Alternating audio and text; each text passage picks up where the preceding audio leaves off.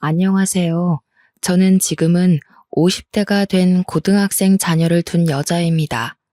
이리저리 사연들을 구경만 하다가 제가 직접 저의 이야기를 쓰려니 긴장되는군요.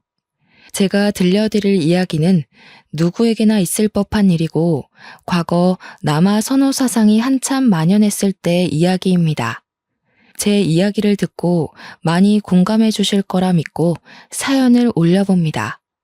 혹시라도 분노가 치밀어 오른다고 해도 이미 다 지난 이야기이고 저도 제대로 복수를 했으니 끝까지 들어주시면 감사하겠습니다. 저는 정말 어릴 때부터 남아 선호 사상에 찌든 집안에서 태어나 딸이라는 이유 하나만으로 엄청난 차별을 받으며 살아왔습니다.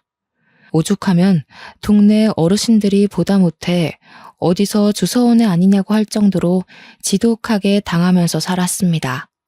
그 어린 나이에도 차별로 인해 눈칫밥만 엄청나게 먹었고 저도 모르게 세상을 그렇게 습득하게 되었죠. 얼마나 차별을 당했는지 아마 여기 사연을 보러 오신 분들은 상상도 못할 겁니다. 어머니는 저를 낳자마자 시댁에서 엄청난 멸시를 받았고 아들을 낳아오라는 성화에 못 이겨 몸조리도 제대로 못한 상태에서 제 남동생을 낳았습니다. 다행히 둘째가 아들인지라 어머니에 대한 대우 또한 달라졌다고 했습니다. 저를 낳고도 몸조리는커녕 아래가 아물지도 않은 상태에서 시댁 식구 뒷바라지를 해야 해서 하혈도 여러 번 했다고 그러셨었죠.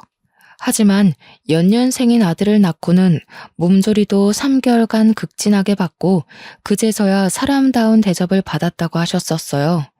그러면서 저에게 늘 네가 고추를 달고 왔어야 내 인생이 더 폈을 텐데 하시면서 저를 못난 사람 취급을 하셨죠. 이름으로도 차별을 받았습니다. 저는 딸이라는 이유로 다음에 꼭 아들을 낳으라고 이름을 후남이라고 지었고 아들은 귀한 존재라고 귀남이라고 지었습니다. 제가 뭐 딸로 태어나고 싶어서 그랬겠습니까? 친할머니는 정말 엄청나게 차별을 하셨던 분이셨어요. 1살 차이밖에 나지 않는 7살 동생이 몸무게 25kg를 돌파할 때 초등학교에 입학한 저는 고작 16kg밖에 되지 않았습니다. 먹는 걸로 엄청나게 차별하셨거든요. 항상 뜨끈한 고기 반찬을 동생에게는 올려주시고 혹여라도 제가 한 개 집어먹을까 싶어 제 밥그릇은 나물 반찬, 김치 반찬 앞에다가만 두셨었죠. 같이 밥이라도 먹는 날에는 갈비뼈라도 한 개 얻어 양념이라도 쪽쪽 빨아먹을 수 있었습니다만 보통은 제 밥은 나중에 식구들이 식사를 마친 다음에야 주셨습니다. 저에게는 식구들이 도란도란 밥을 먹는 시간에 청소를 해라, 네 속옷을 빨아라 하며 일을 시키셨어요. 그때가 고작 제 나이 8살 때입니다. 저는 초중고 내내 자라면서 제 옷을 단 한 번도 사본 적이 없었습니다.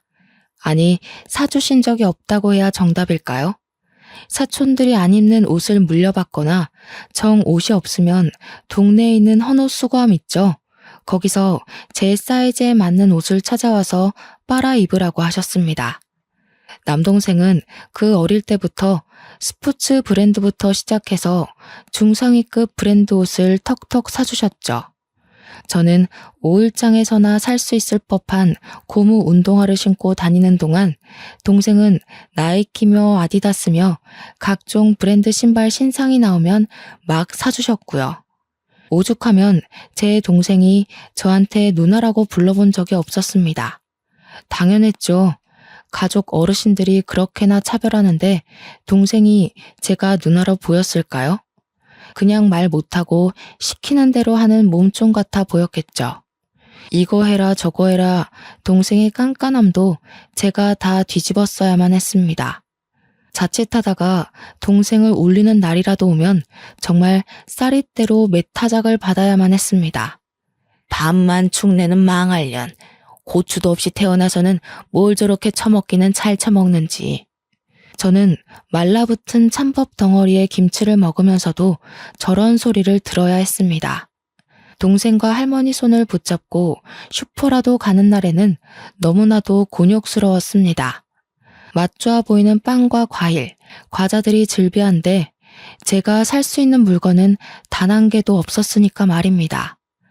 동생은 비싼 바나나를 턱턱 담고 과자들을 한아름 담아 할머니 방에 숨겨두고 거기서 몰래 하나씩 까먹었죠. 저에게 단 한 개의 과자도 빼앗기지 않기 위해 그런 짓을 했었습니다. 저희 부모님도 똑같은 사람이었습니다. 아버지란 사람은 제게 아예 관심이 없었고 어머니란 사람은 저를 챙겼다간 자기도 메타작 받을 게 뻔하다면서 저를 멀리했죠. 어느 날은 깡마르고 볼품없이 해진 옷을 입고 다니는 제가 불쌍했는지 슈퍼집 할머니가 저만 몰래 부르시더라고요. 아가야, 우째 이리 불쌍하게 사노. 이거 내 몰래 줄 테니께는 들키지 말고 혼자 무라. 알았지? 슈퍼집 할머니는 제게 비싼 과자를 하나 손에 쥐어주셨어요. 그게 저에게 처음으로 베풀어진 친절이었다고 하시면 믿으시겠어요? 동네 사람들은 한마음 한뜻으로 제가 주서원에 갔다면서 저를 불쌍히 여기고 몰래 도움을 주시곤 했죠. 과자를 하나 받아온 저는 방에서 몰래 과자를 뜯어먹다가 동생에게 걸렸죠. 슈퍼집 할머니가 아무에게도 들키지 말고 혼자 먹으라고 했기 때문에 나눠 먹자는 동생에게 절대로 나눠줄 수 없다고 했고 잔뜩 성이 난 동생이 울면서 할머니에게 달려가 고자질을 했어요. 할머니는 성큼성큼 큰 발로 쫓아와 저를 혼내셨죠. 야, 이 도둑년아. 내가 너그 동생 먹으라고 사다 놓은 과자를 몰래 훔쳐간 것도 모자라서 동생이 나눠 먹자는데 그걸 안 주고 앉았나? 도둑년 아니에요. 슈퍼집 할머니가 저 먹으라고 주신 거예요. 그 짠순이 할매가 퍽이나 네 먹으라고 줬겠다. 지들 집 손주한테도 돈 내고 사 먹으라 하는 할매인데 네가 뭐 이쁘다고 니한테 그걸 주니? 진짜예요. 이거 아무도 주지 말고 저 혼자 먹으라고 줬단 말이에요. 엄마가 거짓말 치면 혼난다고 했지. 엄마는 동생과 할머니 편에 서서 오히려 나서서 저를 혼내셨죠. 그렇게 등짝을 얻어맞고 비싼 과자는 2개밖에 먹질 못하고 동생에게 빼앗겼습니다. 그날 저녁에 억울해서 밥도 못 먹고 시름시름하는 저에게 아버지란 사람은 도둑질은 나쁜 거라고 훈계를 하고 관심도 주지 않았죠. 저는 너무나도 서러웠습니다. 그렇게 유소년 시절을 버티고 버텼습니다. 어떻게든 대학은 다른 지방으로 가서 독립을 하겠다는 마음뿐이었죠. 그래도 공부는 꽤나 했기 때문에 서울에 있는 기숙사 학교도 노려볼 만하다고 생각했습니다. 하지만 그런 제 마음은 산산조각이 났죠. 수능을 치르고 온 날 예상외로 더 좋은 성적이 나와 원서를 쓰게 된 돈을 좀 보태달라고 부모님께 말씀드리니 기가 차다는 듯이 콧방귀를 끼셨습니다. 얘가 무슨 헛바람이 들어서 대학을 가겠다고 하는 거야? 니는 네 동생이 대학 갈 거 보고 뒷바라지할 준비를 해야지. 어디 지지배가 대학을 가서 공부를 하겠다고 돈을 달라 할 수가 있어? 네 원서 쓸 돈도 없으면서 어떻게 등록금 내고 생활비 쓰고 하려고. 저는 말문이 턱 막혔습니다. 대학을 가겠다는 생각 자체가 틀려먹은 거라면서 저에게 동네 근교 외진 고속도로 길 앞에 있는 공장에 취직을 하라고 하더군요. 거기는 늘 사람이 부족하다고 했다면서 여태까지 먹여주고 입혀주고 했으니 그 돈을 갚아야 하지 않겠느냐 했습니다. 너무 서운해하지 말거라. 자고로 아들이 기둥이고 아들이 우리 집안을 일으킬 운명이니까는 너는 그 뒷바라지 잘만 하면 된다. 네 동생이 잘 되고 나서 설마 네 모른 척 하겠나? 그리고 어차피 네 동생이 우리도 모시고 살고 할 낀데 당연히 동생이 잘 돼야 가정이 평안한 기라.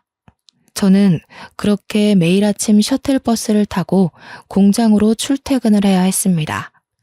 동창들은 대학에 가기도 했고 재수를 하기도 했고 담임 선생님은 저의 성적을 보시고는 대학 진학을 포기한 것을 너무나도 아쉬워하셨습니다. 저는 그날 담임 선생님을 붙잡고 엉엉 울어버리고 말았죠. 집안에서 차별을 받는 것도 서러운데 성적이 잘 나와도 배우고 싶은 공부를 더 못한다는 서름은 정말 감출 수 없었습니다. 담임 선생님 또한 미리 알았으면 어떻게든 대학에 보내려고 했을 텐데 미안하다고 제 손을 꼭 잡아주시더라고요. 가족들을 제외한 타인의 뜨뜻함이 정말 너무 벅차게 슬프더라고요. 저는 매일같이 공장에 다니면서 그 당시에 고작 80만 원을 벌었습니다. 요즘처럼 근로 시간이 정해져 있지도 않고 최저임금이라는 것 자체가 없었기 때문에 80만 원이라는 돈도 크게 느껴졌죠.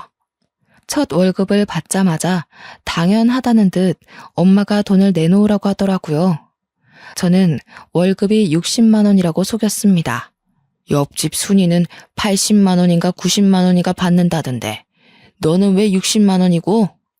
나는 이제 막 들어갔고 아직 고등학교도 졸업 못했다고 월급 많이 못 준대요.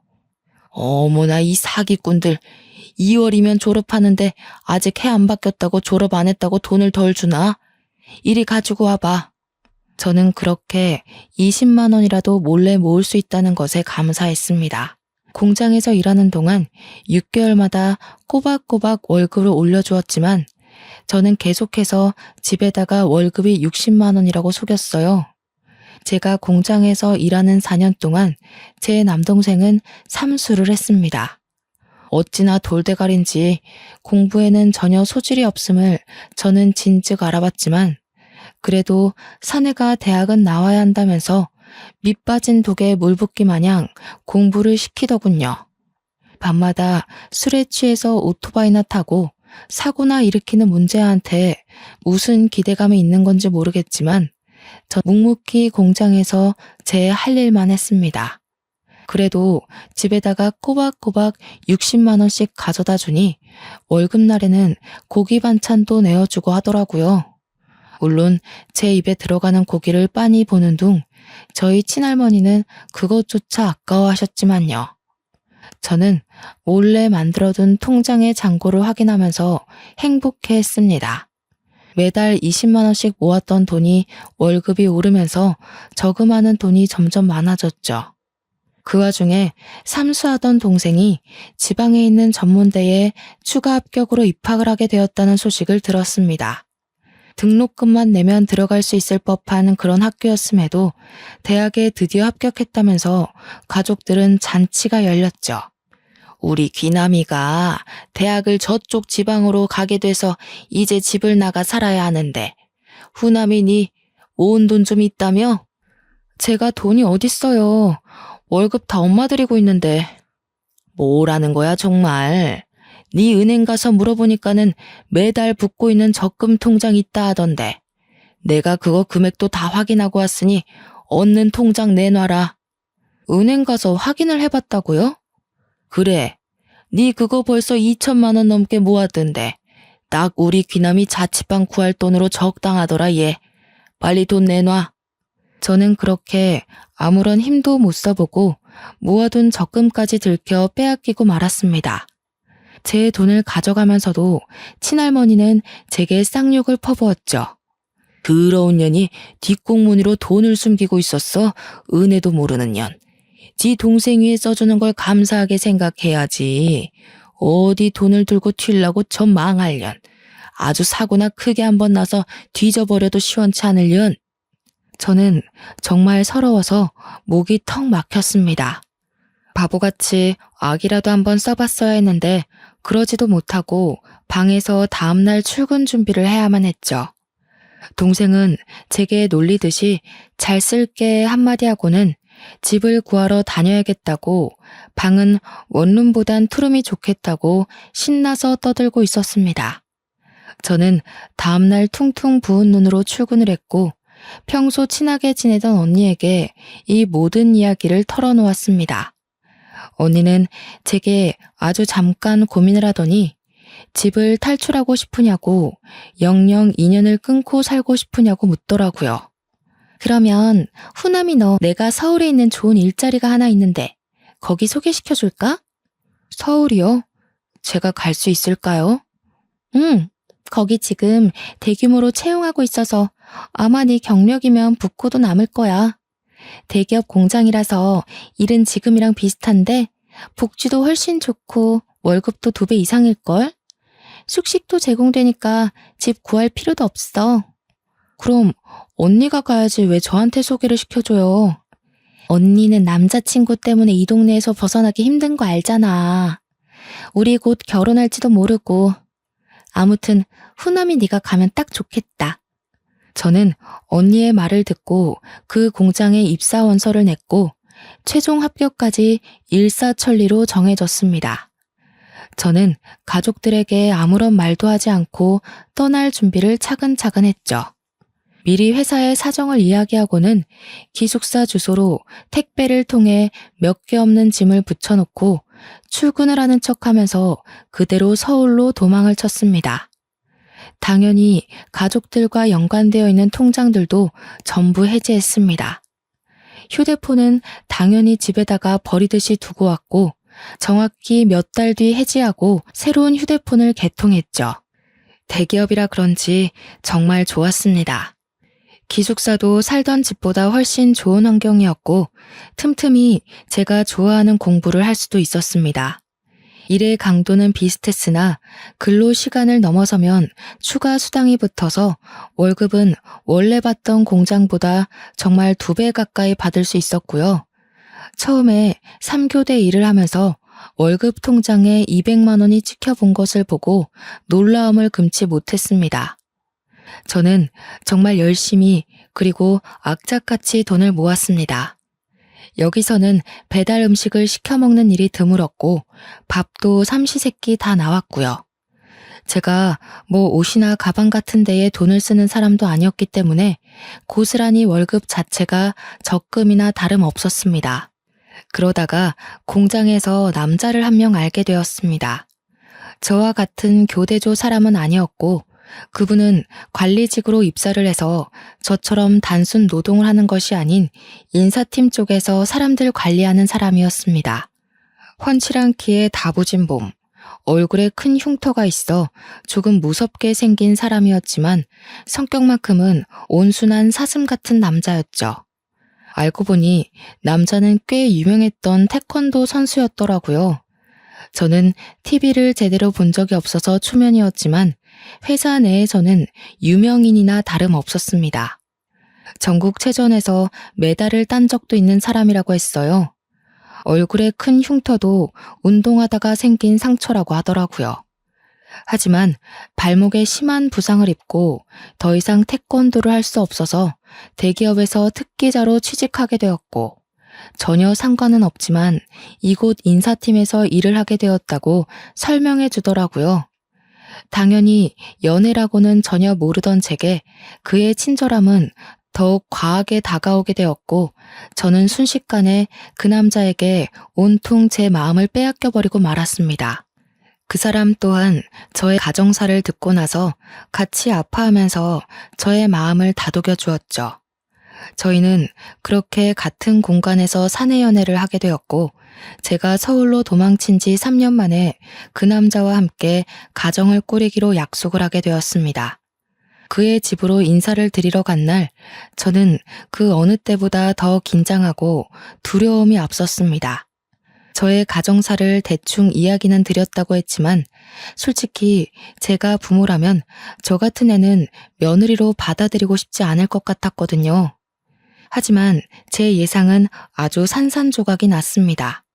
제가 시댁에 발을 들이자마자 너무나도 잘 왔다면서 저를 반겨주는 시부모님 때문에 저는 제 의도와 전혀 상관없이 눈물을 펑펑 쏟고 말았거든요. 아가, 그동안 너무나도 고생 많았다. 세상에, 나도 어릴 때 줄줄이 동생들을 키우면서 힘들었었는데 우리 아가는 그런 차별로 얼마나 힘들었을까.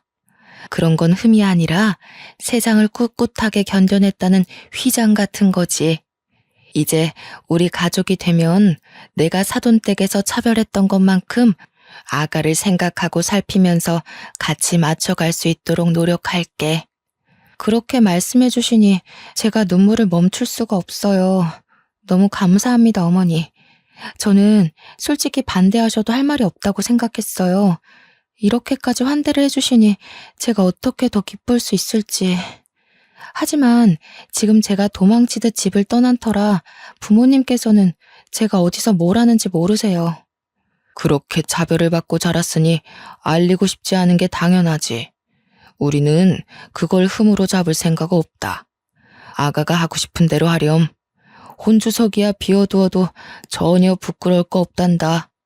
저는 시댁 식구들의 배려로 혼주석을 비운 채 결혼을 진행할 수 있었습니다.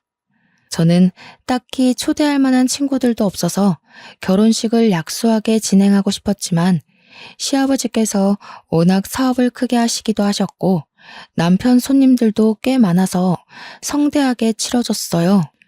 그래서 저는 지금 회사에 취직할 수 있도록 도와준 고향 언니를 초대하였습니다. 오랜만에 연락이 닿은 언니는 너무나도 축하한다면서 저의 결혼식에 남편과 한달음에 달려왔습니다. 제가 그간 고생했던 것도 알고 있었기 때문에 눈물을 글썽이며 진심으로 저의 결혼식을 축하해 주었어요. 언니는 아직도 그 공장에 다닌다며 아주 짧게 회포를 풀고는 저희 부모님의 소식도 간략하게 전해주었습니다. 너 그렇게 서울로 떠난 다음에 아주 난리가 났었어. 앞으로 돈은 어쩌냐고, 누가 벌어오냐고 소리치면서 회사까지 찾아와서는 너 어딨냐고 난리 나고, 아무도 모른다고 나도 모른다 잡았대니까 공장에 한 일주일 동안 너 기다린다고 매일같이 찾아왔었다. 네 동생은 학교도 자퇴하고 집으로 들어오더니 보증금도 다 먹고 노느라 까먹었다고 돈 내놓으라고 난리치고 너네 할머니도 시름시름 앓다가 돌아가셨어. 저는 친할머니가 돌아가셨다는 소식은 조금 의외였지만 어차피 제게 연락할 방도가 없어서 전해주지 못했을 터라 그런가 보다 하고 넘어갔습니다. 결혼식이 끝날 때까지 자리를 지켜준 언니에게 고맙다고 인사를 시키고 남편도 소개시켜줬어요. 언니는 태권도 선수였던 남편을 기억하고는 신기해했습니다. 그렇게 결혼식을 무사히 마치고 신혼여행도 난생 처음 타보는 비행기를 타고 해외로 다녀왔습니다. 챙길 친정 식구들이 없었기 때문에 시댁 식구들의 선물을 잔뜩 사들고는 돌아와 인사를 드리고 드디어 신혼집에 발을 들이게 되었어요. 신혼집은 정말 내 집이라는 생각이 들 만큼 애정이 서린 곳이었답니다. 둘이 살기에 충분하다 못해 넘치는 30평형대 아파트는 어서 나와 남편을 닮은 아이를 낳아 키우고 싶다는 생각이 절로 들게 만드는 집이었어요. 그렇게 행복한 시간만 보내면 된다고 안심하던 때쯤 집에 불청객이 찾아왔습니다. 고향 언니가 제 결혼식에 다녀온 뒤 동네 친구들에게 제가 태권도 선수였던 남편과 결혼하게 된 이야기를 했는데 그게 전달되어 동생한테까지 들어가게 된 것이었어요. 동생은 당연히 인터넷에 남편 이름을 쳐보았고 근황 기사에 한 줄 짤막하게 뜬 저의 결혼 소식을 보고는 수소문해서 찾아오게 된 것이었습니다. 저는 집에 방문할 사람이 없어 누군지 몰라 문을 벌컥 열었다가 잔뜩 심술이 나 있는 엄마와 동생을 보고는 소스라치게 놀랐죠. 어릴 때 당했던 정신적으로, 육체적으로 힘들었던 그 기억들이 떠오르면서 저는 현관 앞에서 굳어버렸어요. 당당하게 저를 밀치고 들어와 저희 집을 쑥 둘러보는데 저녁을 같이 준비하던 남편이 무슨 일인가 싶어 현관으로 오던 중 저희 엄마와 남동생과 딱 마주쳤습니다. 집도 좋은데 얻었네. 망하려니 네 동생 버리고 가서 악착같이 벌어다가 이런 집을 샀어? 너 그렇게 도망간 다음에 네 동생이고 우리 가족이고 얼마나 힘들었는지 알아? 키워준 은혜도 모르는 년이 도망가더라도 매달 생활비는 보내야 할 거 아니야? 제가 그 정도 했으면 됐죠. 뭘 더 바라시는 건지 모르겠네요. 제가 모아둔 돈 싹 털어서 동생 자취방까지 얻어줘 놓고 제가 뭘 어쨌다고 여기까지 찾아와서 이러세요? 이제 나도 늙고 힘에 부쳐서 딸이 해주는 밥 얻어먹고 살아야겠다. 여기 집에 방도 많은데 우리 방 하나 내어주면 아주 살기 좋겠어. 아, 그래. 자네가 내 딸과 결혼한 그 누구라고? 이름이 뭐랬지? 인사가 늦었습니다. 김동민입니다. 그래, 김서방. 자네도 그러는 거 아닐세? 집이 기우는 집안이라 해도 그렇지. 결혼할 때 당연한 수순으로 해와야 하는 게 있는데 쏠랑 내 딸만 데려가면 끝인가? 앞으로라도 우리한테 효도한다고 생각하고 같이 살면 되겠구만. 더는 못 듣겠으니 이만 나가주세요. 안 나가면 경찰에 신고할 거예요. 진짜 듣다. 서울에 아파트 가진 게 유세라고 거참 빡빡하게 군다. 가족들이 올라왔으면 하다못해 갈비라도 대접해야지. 누나가 그렇게 못되게 구니까 가족들이 누나를 안 챙긴 거야. 알어? 저는 정말 화가 머리끝까지 차올라서 견딜 수가 없었습니다. 그동안 당했던 일들이 주마등처럼 스쳐 지나가면서 소름이 돋을 정도로 힘들었는데 내가 못되게 굴어서 가족들이 나를 그렇게 대한 거라고 쉽게 말하는 남동생을 보니 더 이상은 말을 섞어서는 안 될 종자들이라는 생각이 들어 제발 나가라고 소리를 질러댔어요. 저의 히스테릭한 모습을 처음 본 남편도 놀라서 저를 끌어안고 진정시키려고 노력했죠. 제가 큰 소리를 내니 엄마 남동생도 무척 당황한 듯한 얼굴을 하더라고요. 귀 아프게 소리는 왜 질러대?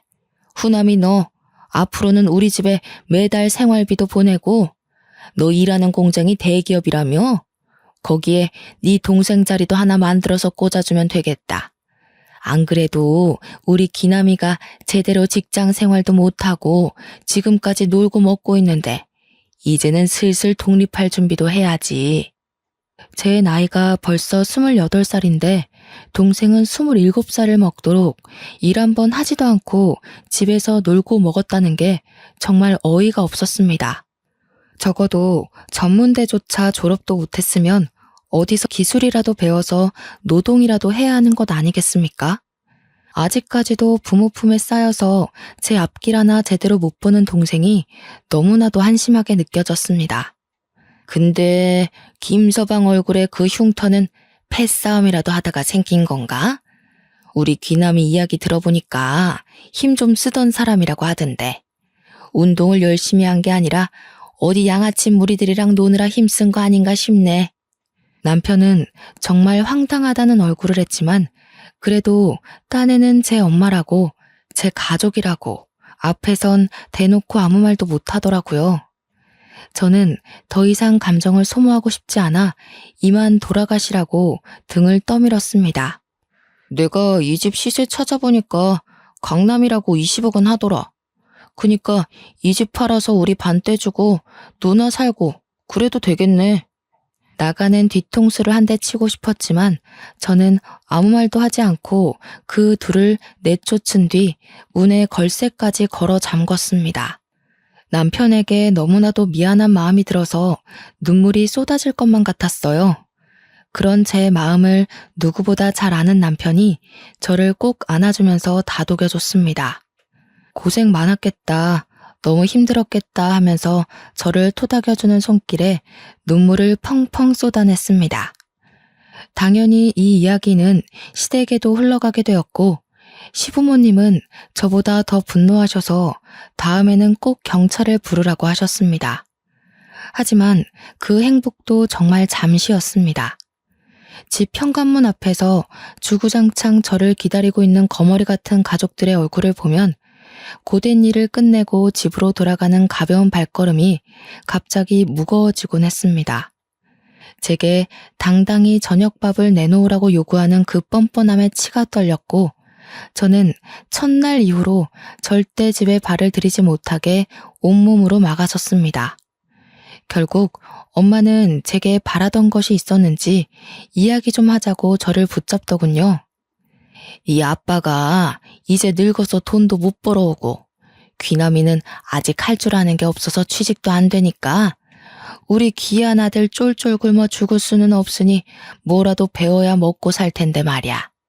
그러니까 네가 누나로서 좀 도와주고 해야 되지 않겠니? 그래서요? 저희 회사는 제가 취직시켜주세요 한다고 취직할 수 있는 회사가 아니에요. 당연히 저도 면접을 보고 들어온 거고 귀남이도 취직하려면 취업 준비를 해야죠. 무작정 이럴 게 아니라요.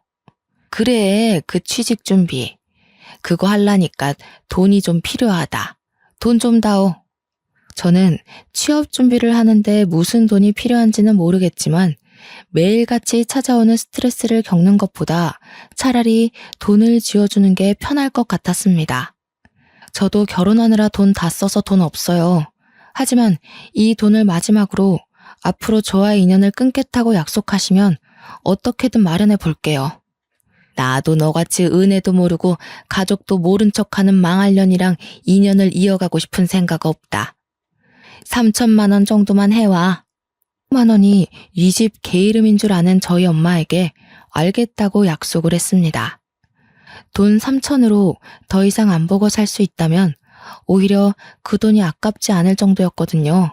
저는 다음날 바로 은행에 가서 적금 통장을 깨고 그 돈을 모두 엄마에게 송금을 했습니다. 그러자 매일같이 아파트 입구에서 기다리던 그 지긋지긋한 가족들이 보이지 않더라고요. 하지만 그것도 아주 잠시였죠. 열흘쯤 지나니 이번엔 아빠가 찾아왔더라고요. 네 엄마한테는 3천 주고 왜 나한테는 아무것도 안 줘? 너네 할매가 너 딸인 거 알고 지우라고 난리를 치는 거 내가 막아서 네가 태어난 거다. 알어? 나 아주 은혜도 모르고 지 어미만 챙기는 꼬라지하고는. 나한테도 3천만 원 줘. 정말 저는 아빠와 이렇게 긴 대화를 나눠본 기억이 없었습니다. 살면서 제일 오랜 시간 나눈 대화가 돈 달라는 이야기라니 제 삶이 얼마나 척척했겠습니까? 그날 저녁 저는 엄마에게 3천만 원을 송금한 이야기, 아빠가 찾아온 이야기를 남편에게 했습니다. 남편은 아주 진지하게 고민을 하더니 제게 말했어요. 내가 우리 후남 씨 자존심 상할까봐 그리고 또 가족들 이야기라 어떻게 전달하는 게 좋을지 모르겠어서 입을 다물고 있었는데 아무리 그래도 딸한테 그렇게 나쁜 말을 뱉는 건 난 부모의 자격이 없다고 생각해. 그러니까 여보만 괜찮다면 이 집은 전세 놓고 여보가 스트레스 그만 받을 때까지 우리 부모님과 합가를 하는 건 어떨까? 저는 단번에 좋다고 했습니다. 시댁 식구들은 나의 가족 같은 느낌이 있었기 때문이었어요. 솔직히 시어머니께서 제게 시집살이를 시킨다 한들 어릴 때 당했던 수모보다 덜할 것 같았기 때문에 좋다고 했습니다. 당연히 저희 시댁에서도 집이 복작복작해지겠다면서 너무나도 좋아하셨고 제가 짐을 싸들고 간략하게 이사를 하자 그날 아주 상다리가 부러지게 진수성찬을 차려주셨죠. 그래서 집은 잘 내놨어? 가구들은 어쩔 거야? 다 들고 들어오려면 큰 이사가 될 것 같은데. 일단 가전 가구들도 빌트인으로 생각하고 전세 매물 내놓았어요. 나중에 다시 들어갈 때 새로 사던가 하면 될 것 같아서요. 그래, 잘 생각했다. 우리 세아가 얼굴이 많이 상했어. 얼른 밥 먹자. 아, 혹시라도 우리 아들이 내가 시집살이 시킬까봐 나한테 경고를 단단하게 주지 뭐야? 그래서 나도 조심하려고. 일부러 일주일에 3번 오시는 도우미 아주머니도 매일 오시라고 했어. 절대 집안일에 신경 쓰지 말고 회사 다니는 거, 그리고 가족들 연락 안 받는 거, 그것만 생각하고 푹 쉰다고 생각해. 알겠지? 제가 기본적인 건 다 할 수 있는데 왜 그러셨어요, 어머니? 내가 왜 우리 며느리 손에 물 묻히게 하니? 저녁은 다 같이 먹을 수 있는 거지? 쯤에 저녁 먹고 싶은 메뉴 생각하면 나한테 연락해놔. 내가 이모한테 말해서 준비해두라고 시킬게. 우리 집에 있는 동안 살 좀 찌워야겠어. 너무 말라서 내가 마음이 다 안쓰러워. 시어머니의 진심 어린 행동에 저는 하루를 사는 행복에 대해 다시 한번 생각하게 되었습니다. 시댁에서 지내는 동안 정말 저를 괴롭히는 사람도 일도 없어서 너무 행복했고 살도 포동포동하게 찌기 시작했어요. 하지만 저희 뻔뻔한 친정 식구들이 이렇게 가만 넘어갈 사람들이 아니었죠. 그날은 가족들과 함께 갈비찜을 먹고 있었습니다. 갈비찜. 어릴 때는 살코기 한 조각 먹어보질 못하고 뼈대에 묻은 양념만 핥아 먹었었던 터라 제게 한 맺힌 음식이나 다름없었죠. 푹 졸여 살이 사르르 녹는 갈비찜을 먹으면서 행복함에 대한 이야기를 나누고 있는데 시댁에 누가 찾아왔는지 벨소리가 울렸어요. 시댁은 아파트가 아닌 전원주택이라 큰 대문을 넘고 들어와야 마당을 통해서 집 앞에 올 수 있었거든요.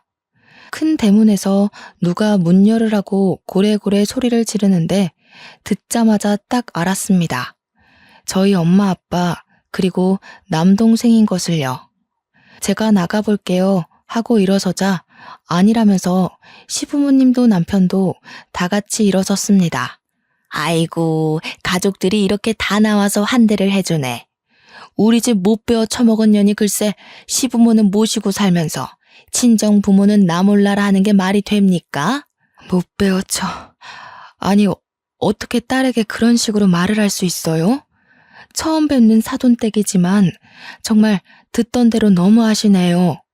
그러면 지는 시부모랑 이런 좋은 집에서 호화스럽게 살면서 지 낳아주고 길러준 애미애비는 단칸방에 넣어두는 게 맞습니까? 거기다가 지가 책임져야 할 남동생은 어쩌고요? 듣자 하니까 너무하시네요. 처남을 왜 우리 후남씨가 챙겨야 합니까? 자기 몫은 자기가 알아서 챙기고 사는 거죠. 옛날엔 다 그랬어. 우리 귀한 아들 키우려고 딸 낳은 거지. 내가 저거 고추만 달고 나왔어도 이런 인생을 안 사는 건데. 딸년을 낳아서 내가 아직도 이리 단칸방에서 힘들게 살고 있는 거지. 이만 가세요. 그게 왜 다 후남씨 탓입니까? 자꾸 이러시면 주거 침입으로 경찰에 신고하겠습니다. 참나, 남편도 꼭 쥐 같은 거 만났네. 야, 얼굴에 그런 큰 흉터 들고 그런 말하면 협박죄 바로 성립되겠는데? 너 솔직히 발목 부상 그거 아니라며. 인터넷에서 내가 봤는데 너 그 발목 부상도 싸움하다가 다친 거라던데? 양아치 새끼. 운동까지 해놓고 사람 때리면 그거 살인죄 아니냐? 와, 엄마 아빠 저 새끼 눈빛 봐. 한 대 치겠다 아주. 동생은 남편이 평소 시달리고 있던 악플을 봤는지 루머 가득한 내용을 면전 앞에서 뱉고 있었습니다. 참다 못한 시모가 경찰을 부르려고 하는데 남편이 동생의 멱살을 확 잡아채서 올리더라고요. 시부가 폭력은 안 된다고 말리려는데 이미 눈이 돌아간 남편이 힘으로 동생을 들어올리자 친정 부모님도 난리가 났습니다. 태권도를 그리 오래 하고 아직도 운동을 취미 삼아 하는 남편의 힘을 맨날 술이나 먹고 게임이나 하는 동생이 어떻게 이기겠어요?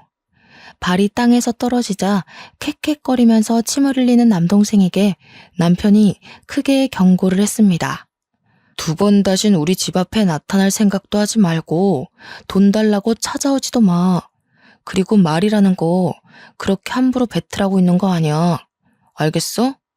내가 우리 후남씨 상처받는 거 옆에서 보면서 참고 참았는데 뚫린 입이라고 그렇게 짓거리고 다니면 너 진짜 뒤진다. 친정 부모님도 남동생 눈이 뒤집어 까지면서 캑캑거리니 2번 다신 찾아오지 않겠다고 우리 애 놔주라며 소리를 쳤어요. 그 꼴이 제법 웃기고 하찮아서 저는 가만히 지켜보고 있었죠. 내가 잘못했네. 우리가 2번 다신 돈 달라고도 안 하고 나타나지도 않을 테니 우리 애 놔줘. 그래 김서방, 가족끼리 이러는 거 아닐세. 우리가 하란 대로 할 테니 우리 귀남이 죽겠어. 내팽겨치듯 멱살을 풀어주니 바닥에 철푸덕 자빠지는 꼴이 우스워서 저는 웃고 말았습니다. 기침을 크게 몇 번 한 동생은 호흡을 크게 하면서 벌벌 떨더라고요. 살면서 그런 취급을 받아본 적이 없으니 꽤나 놀랐을 겁니다. 뒷공문이 빠지게 돌아서는 세 명의 모습을 보니 속이 참 시원하더라고요. 시아버지는 한 번만 더 찾아오면 경찰을 부를 거라고 뒤통수에 대고 소리를 쳤고, 시어머니는 제 손을 꼭 잡아주었습니다. 남편은 저보고 식어버린 갈비찜을 어쩌냐며 매일 다시 먹자고 아무렇지 않게 이야기하더라고요. 참 든든했어요. 그렇게 저희는 시댁에서 전세 기간이 끝날 때까지 2년을 지냈고, 그 이후에 다시 저희 둘만의 보금자리로 돌아왔습니다.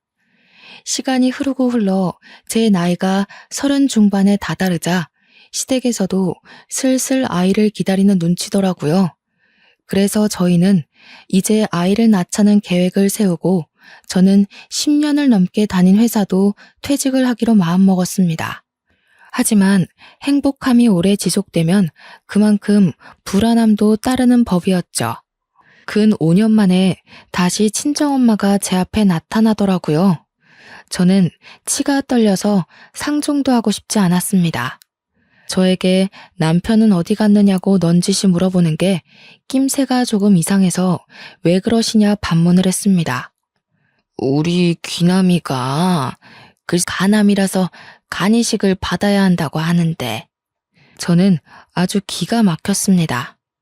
정신 못 차린 동생이 매일같이 술 처먹고 게임만 하고 담배만 피우다가 간암에 걸리고 만 것입니다. 간암에 걸린 동생을 위해 친정 가족들 모두 검사를 했지만 유일하게 일치했던 아버지는 몸이 이미 노쇠하여 이식을 할 수 없다고 하더라고요.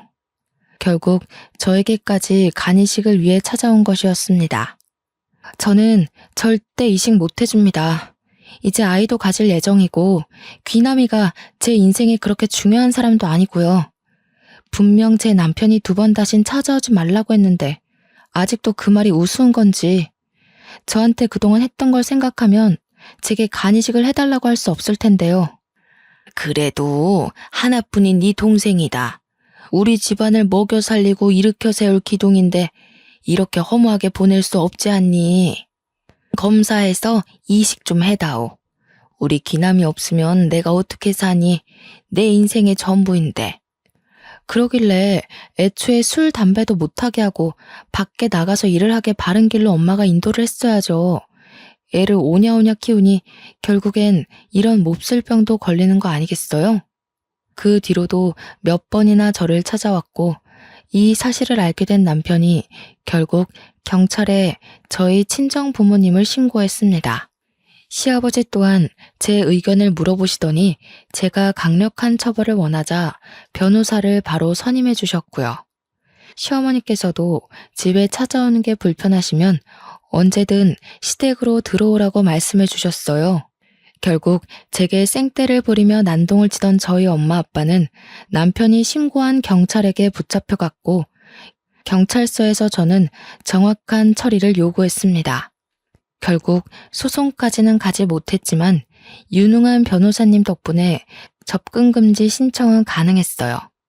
세상에 핏줄이라고 꼭 제 모든 걸 희생해야 하는 건 아니에요. 저한테 간이라도 맡겨놓으셨어요? 어릴 때부터 겪었던 그 서름이 커서도 얼마나 크게 작용하는지, 이게 다 인과응보입니다. 귀남이가 죽던 말던 저랑은 상관없으니 알아서들 하시고 2번 다신 제 앞에 나타나지 마세요. 네가 누나가 돼서 간 하나 못 주는 게 말이니? 네가 다 귀남이를 위해 희생을 해야.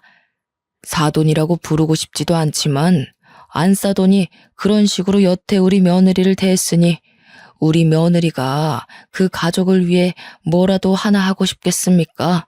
검은 머리 짐승이라고 사람이 어떻게 자기 배에 10달을 품어 낳은 자식에게 이런 소리를 아무렇지 않게 할 수 있습니까? 2번 다신 우리 며느리, 우리 가족 눈앞에 띄지 마시죠.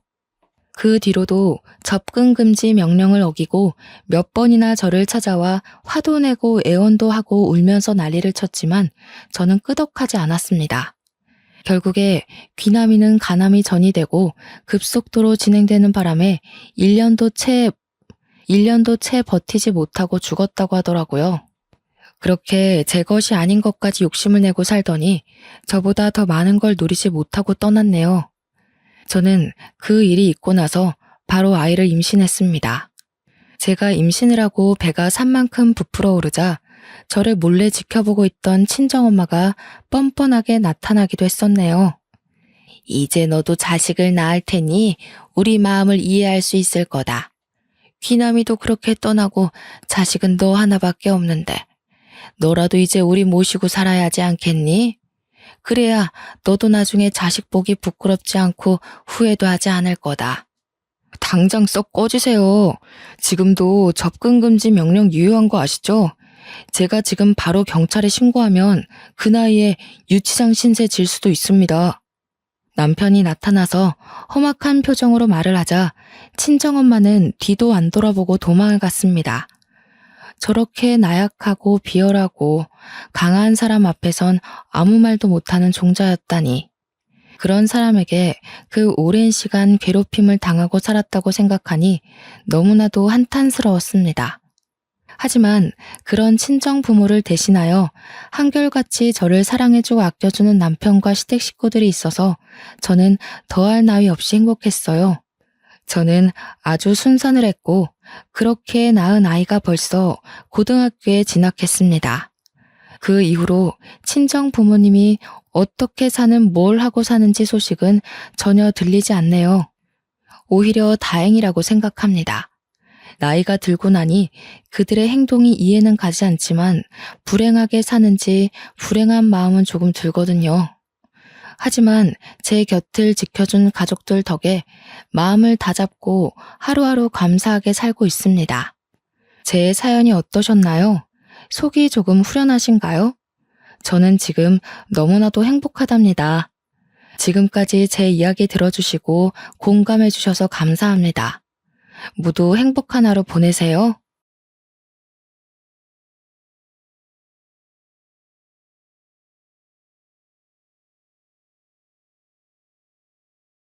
안녕하세요. 저는 아주 기가 막힌 일을 겪고 난 뒤 한동안 사람 만나는 것이 무서워 집 밖으로도 나가지 못했던 40대 여성입니다. 자세하게 이야기를 하면 제 주위 사람들이 알아볼까 무섭지만 도무지 상식적으로 이해가 가지 않고 너무나도 놀라운 일이라 어딘가에라도 털어놓고 싶어 이렇게 사연을 올립니다. 제가 들려드릴 이야기는 몇 년 전 저에게 있었던 일이고 상상도 못할 이야기니 같이 공감해 주시면서 들어주시면 고마울 것 같습니다. 저는 평범한 가정에서 자라 평범하게 대학을 졸업하고 취직까지 무난하게 하여 남들과 다를 바 없는 평범한 하루를 살고 있었습니다. 30대가 넘어서자 저희 부모님은 제가 결혼을 하지 않는 것에 대해 걱정을 하기 시작하셨고 30대 중반부터는 매일 주말마다 선을 보러 다녔죠. 저희 남편은 선자리에서 만났고요. 처음 봤을 때는 선한 인상에 말투도 그렇고 행동도 하나하나 저를 배려해주는 모습이 의도하지 않아도 자연스럽게 나타나 이 사람이면 결혼해도 좋겠다 싶었습니다. 단 한 가지 마음에 걸리는 것은 홀어머니를 모시고 산다는 것이었죠. 아무래도 어딜 가나 고부간의 갈등에 대한 주제는 늘 불타오르지 않겠습니까? 그래서 저는 그 부분이 매우 걱정되어 이 남자와는 결혼을 하지 못하겠다 싶었습니다. 하지만 하루를 더 보고 이틀을 더 보고 하다 보니 자연스럽게 남편에게 푹 빠지게 되더라고요. 저를 배려하는 것은 늘 기본이고 저를 위한 행동을 하더라도 절대 생색내지 않는 요즘은 잘 보기 힘든 그런 친절한 남자였어요. 나에게 이 정도로 잘해주는데 결혼을 한다고 저 행동이 모조리 바뀔까 하는 생각이 자연스럽게 들었고요. 저희 부모님도 제 남편을 보고는 성품이 참 괜찮은 사람이라고 더 볼 것도 없이 결혼하라고 마음에 들어 하셨죠. 저는 시어머니를 모시고 살더라도 이 남자와 한평생을 함께 하겠다는 마음으로 결혼을 결심했습니다. 물론 친정 부모님도 처음에는 찬성하셨지만 시어머니를 모시고 살아야 한다는 부분에서는 좀 탐탁치 않아 했어요. 남편은 2배, 3배 훨씬 더 잘하고 저를 아끼고 사랑해주겠다고 부모님께 서약까지 했습니다. 그렇게 조용조용한 시어머니와 저희 부모님의 상견례가 끝나고 일사천리로 결혼까지 진행이 되었습니다. 나이가 나인지라 허례허식 없이 아주 빠르고 간략하게 결혼까지 마치게 되었고, 저는 조금 두려웠던 시어머니와 합가를 하여 살게 되었습니다. 아가, 아무래도 너희 부부가 아이라도 낳게 되면 그때 다시 합치는 게 낫지 않겠니? 내가 우리 아들의 욕심 때문에 너희와 함께 산다지만 신혼부부와 함께 살자니 내가 영 편치가 않구나. 시어머니는 합가를 하자마자 제 눈치를 보시며 따로 살겠다고 하셨어요. 알고 보니 남편이 하나뿐인 시어머니가 넉넉지 않은 형편에 너무나도 많은 고생을 하셔서 말년이라도 편하게 지냈으면 하는 마음에 분갈하지 않은 것이었어요. 남편은 제게 2번, 3번 약속했습니다. 혹여라도 우리 어머니께서 당신에게 시집살이를 시킨다던가 당신과 갈등이 있다면 그땐 바로 분가할게. 하지만 나를 한번 믿어보고 우리 어머니께 벽 없이 딱 한 번만 다가와줘. 저는 남편의 약속을 믿었고 남편 말대로 어머니께 허물없이 다가가 보기로 했습니다. 아직 시작도 안 한 시집살이에 미리 겁먹을 필요는 없으니까요. 하지만 제가 겁을 먹은 것이 아주 멍청한 행동이었다는 걸 증명하듯 시어머니께서는 정말 제 손에 물 한 방울 안 묻게 해주셨습니다. 저나 남편이나 둘 다 맞벌이였기 때문에 점심은 밖에서 먹는다고 쳐도 저녁만큼은 꼭 집에서 먹기로 약속하였는데 항상 퇴근하고 오면 진수성찬이 차려져 있었어요. 매번 이렇게 차리시는 게 힘들겠다 싶을 정도로 어머님의 손맛이 담긴 정성스러운 반찬이 어찌나 감동적이던지. 식사가 끝나고 제가 뒷정리라도 할라치면 시어머니께서는 제게 버럭하셨어요. 그 귀한 손을 물을 왜 묻혀? 그렇게 쓰는 손 아니다, 아가야. 내가 아직 정정하니 집안 살림은 내가 하게 해주련? 그래도요, 어머님, 설거지 정도는 제가 할 수 있는걸요. 바깥일 하고 와서 무슨 설거지를 한다고 그래. 우리 아들이 하면 모를까. 우리 아가는 들어가서 씻고 얼른 누워 자. 내일 아침에도 출근해야 하는데, 응? 가서 쉬어, 어서. 저는 어안이 벙벙할 정도로 공주님 대접을 받았습니다. 저희 친정에서도 저를 이렇게까지 대접해주지 않았었는데 말이에요. 남편은 저에게 오히려 어머님과 같이 사는 게 불편할 수 있는데 내색 한 번 안 해주고 고맙다면서 저를 더 아끼고 사랑해 주었습니다. 저는 이 모자의 사랑과 친절, 그리고 배려까지 한 몸에 받으면서 몸둘 바를 모를 정도로 행복한 하루하루를 보내고 있었어요.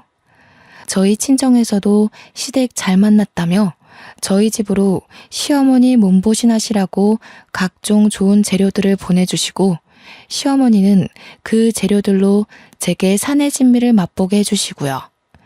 남편이 시어머니께 용돈이라도 드리면 그 돈을 차곡차곡 모아서 저 맛있는 거 사주신다고 밖에 나가 한아름 장도 보시고 저에게 잘 어울릴 것 같다면서 쑥스럽게 스카프를 내미시기도 하시고요.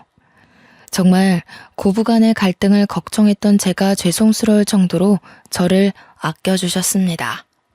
빨래며 청소며 주말에 쉬는 날 하려고 하면 이미 다 깨끗하게 정리되어 있어 건드릴 필요가 전혀 없었고요. 오히려 제가 뭔가를 자꾸 손대려고 하니까 시어머니께서 평일에 모든 정리를 다 해놓으시고는 주말에는 같이 놀러 가자고 하시더라고요. 저희 부부 아니면 어머님 혼자 어디 가기가 불편하시니까 오히려 그게 낫겠다 싶어서 효도하는 마음으로 매주 주말 어머님과 함께 데이트를 했습니다.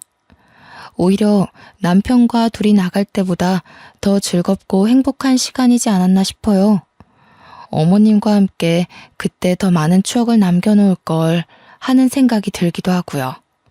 그래도 같이 스티커 사진을 찍어보기도 하고 공방 같은 데서 비누도 만들고 어머님과 뜨개질도 하고 정말 많은 것들을 했어요. 처음 스티커 사진을 찍을 땐 찰칵하는 소리에 놀라 소리를 지르기도 했었고요. 사진의 얼굴이 죄다 잘려서 나와 여러 번 찍기도 했죠. 공항에서 만든 비누는 아까워서 사용도 못하고 아직까지 제 서랍에 보관 중이랍니다. 어머님과 뜨개질로 만든 조끼, 목도리, 가방, 셀 수 없이 많았죠. 정말 큰 사진관에서 우리 셋이 함께 찍은 사진은 큰 액자로 뽑아서 거실에 걸어두었고 어느 날은 손과 발을 본떠 금속 액자를 만들어주는 체험도 했습니다. 어머님은 늘 즐거워하셨고 그런 어머님을 보면서 저는 마음이 뭉클해지기도 하고 더 잘해야겠다는 마음이 들기도 했어요. 주위에서는 주말마다 시어머니 모시고 나가는 게 힘들지 않느냐고 물어보기도 했는데 저는 너무 즐거워서 금요일만 되면 주말에 뭘 할까 검색하느라 정신이 없었습니다. 손도장, 발도장, 액자를 만들고 온 날 어머님께서 또 용돈으로 드린 돈으로 제게 작은 귀걸이를 선물해 주셨어요. 어머님, 자꾸 제 선물 사지 마시고 우리 어머님 거 사셔요. 맛난 거 드시고 싶으시면 말도 해주시고 가지고 싶은 거 저도 선물해 드리고 싶어요. 아가가 이렇게 나 데리고 놀러 다니는 것만으로도 충분한데 용돈 줘봐야 생활비 쓰는 건 너네 카드로 사용하고 내가 보험료 내는 거 말고 어디 돈 쓸 데가 있겠니? 어머님께 용돈을 드리면 일부는 꼬깃꼬깃 어딘가에 모아두셨다가 남편도 아닌 저를 위한 선물을 사주시곤 했는데 용돈의 대부분은 보험료 지불로 사용하고 계셨어요. 처음에는 무슨 보험이 13개나 있어서 너무 놀라 보험 사기라도 당한 건 아닌지 걱정을 하기도 했습니다.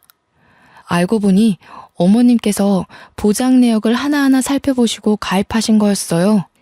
내가 늘 입버릇처럼 말하지만 내가 죽으면 건물이라도 하나 상속해줘야 우리 자식들이 편한데 내가 가진 게 없어서 나 혼자의 몸으로 아들 하나 키워보니 돈이 얼마나 중요한지 뼛속까지 새겨지더라 아가야. 내가 죽어서 큰 돈이라도 남겨줘야 속이 시원하니 절대 내 보험만큼은 해지 말고 냅두거라.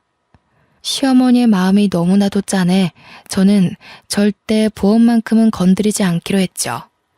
그래도 남편과 결혼하고 나서 맞벌이로 차곡차곡 내 집 마련을 위한 저축도 하고 비상금도 모으고 어머님께 용돈을 드리는 부분이 전혀 부담되지 않은 선이었기에 괜찮았습니다. 직장 생활이라는 게 늘 고정급이 들어오니 어찌 보면 사업보다 훨씬 낫지 않겠어요? 안정적인 수업이 있다는 게 우리 가정에겐 참 행복이었습니다. 제가 딱 2개, 저희 시어머니와 살면서 불편했던 게 있다면 첫째는 알레르기 때문에 회를 전혀 드시지 못한다는 것. 저는 어릴 때부터 횟집 사장님과 결혼할 거라고 외쳤던 날생선 킬러였는데 어머님께서 알러지가 있어 날생선을 전혀 드실 수 없었습니다. 그래서 회사에서 점심때 초밥이나 회덮밥 정도 먹는 걸로 제 마음을 달래야 했죠. 결혼하고 딱 2번 남편이 어머님께 말씀드려 코스 요리로 회 요리를 먹으러 갔었네요. 그때도 어찌나 죄송하던지 어머님께 우동이나 덮밥 같은 다른 요리라도 드시면 되니까 같이 가자 했는데 둘이 데이트하라고 보내주시더라고요. 커피를 사서 집으로 돌아오는데도 마음이 편치 않았던 터라 제가 그냥 회를 덜 먹는 걸로 결심했죠. 내가 얼마나 놀랐었는지. 그날이 군대 복귀하는 날이었거든. 그전까진 우리 형편이 좋지 못해서 회를 먹으러 간다는 생각을 못했던 거지. 내가 군대 선임이랑 한번 횟집 가서 광어회를 먹었는데 너무 맛이 좋은 거야. 그래서 휴가 나가면 어머님을 꼭 모시고 가야겠다 다짐을 해서 어머니와 함께 횟집에 간 거지. 자기 많이 놀랐겠네. 갑자기 어머님 알레르기 증상이 올라와서. 하필이면 복귀하는 날 점심에 그런 거였어. 같이 회를 먹고 있는데 어머니가 갑자기 목을 막 긁으면서 숨이 안 쉬어진다고 하시는 거야. 119 부르고 나는 복귀 시간 코앞이라 발 동동 구르고. 근데 우리 엄마가 쓰러지셨는데 어떡해. 영창 가도 어쩔 수 없다 하면서 병원으로 달려가 어머님 곁을 지켰지. 그래서 군대는 어떻게 됐어? 나중에 생각이 났지. 병원에서 부대로 전화를 걸었지. 부대는 다 뒤집어졌다는 거야. 내가 탈영한 줄 알고. 나 잡으러 헌병 출동한다 그러고. 다행히 어머님 아픈 거랑 다 병원 기록으로 증명이 되어서 호되게 혼나고 몰래 덮어주셨어. 남편은 그 뒤로도 회가 싫다고 했지만 또 저를 위해서는 같이 자리를 지켜주며 잘 먹어주었습니다. 이런 배려를 보여주는 내 사랑스러운 가족들을 어떻게 싫어할 수 있을까요? 저도 마음이 활짝 열리자 어머님도 저를 더 아끼고 사랑해 주셨죠. 하지만 또 한 가지 어머님에겐 절대 남이 건드려서는 안 되는 것이 있었습니다. 그게 제가 불편했던 두 번째 이유인데요. 바로 애착 이불이 없으면 잠을 못 주무신다는 것이었습니다. 아가야, 내 이불 못 봤니? 그거 너무 때 같아서 빨래하려고 세탁기에 넣어뒀어요. 안 된다. 그거 절대 빠는 거 아니야. 아가, 제발 내가 부탁했잖니. 다른 건 몰라도 내 이불만큼은 절대 건드리면 안 된다고 내가 그렇게 말을 했는데. 죄송해요, 어머님. 제가 깨끗하게 빨아드리려고 잘해보려고 한 건데. 다른 건 다 가져가도 좋고 버려도 좋은데 저 이불만큼은 절대 건드리면 안 된다. 알겠어? 저거는 내가 죽어서도 나랑 같이 묻어줘야 하는 내 귀중품이야. 저는 어머님의 화내는 모습을 처음 봐서 너무 놀라웠고 마음이 쿵 내려앉는 것 같았죠. 생전 저에게 화 한 번 낸 적 없던 어머님이셨는데 애착 이불과 관련해서는 항상 저에게 히스테릭한 모습을 보여주셨어요. 여행을 갈 때는 당연하고 어딜 가더라도 잠이 들 땐 꼭 애착 이불을 늘 품에 지니고 계셨습니다. 저는 솔직히 너무 너덜너덜하고 꼬질꼬질한 더러운 애착 이불을 깨끗하게 한번 삶기라도 했으면 했지만 제가 이런 소리를 하면 어머님께서 버럭하셨기 때문에 결국 포기했어요. 아가야, 내가 늙어서 그런지 아주 머리털이 몽땅 다 빠지려나 보다. 내 이불에도 머리카락이 얼마나 붙던지. 이러다가 대머리 되면 어쩌지? 어머님, 제가 탈모 샴푸라도 하나 가져다 놓을게요. 저는 어머님께서 이불에 머리카락이 붙는다고 하셔서 애착 이불에다가 돌돌이라도 돌려 머리카락만 정리를 해드려야겠다 싶었습니다. 어머님 이불을 가져와 열심히 머리카락을 정리하고 있는데 어머님께서 불같이 달려와 이불을 빼앗더라고요. 저는 조금 황당하기도 하고 너무나도 서운한 마음이 들었죠. 어머니, 빨래하려던 거 아니고 그냥 붙어있는 머리카락만 정리해드리려고 했어요. 아가, 마음은 잘 알겠는데 내가 이불이 없으면 불안해서 그래.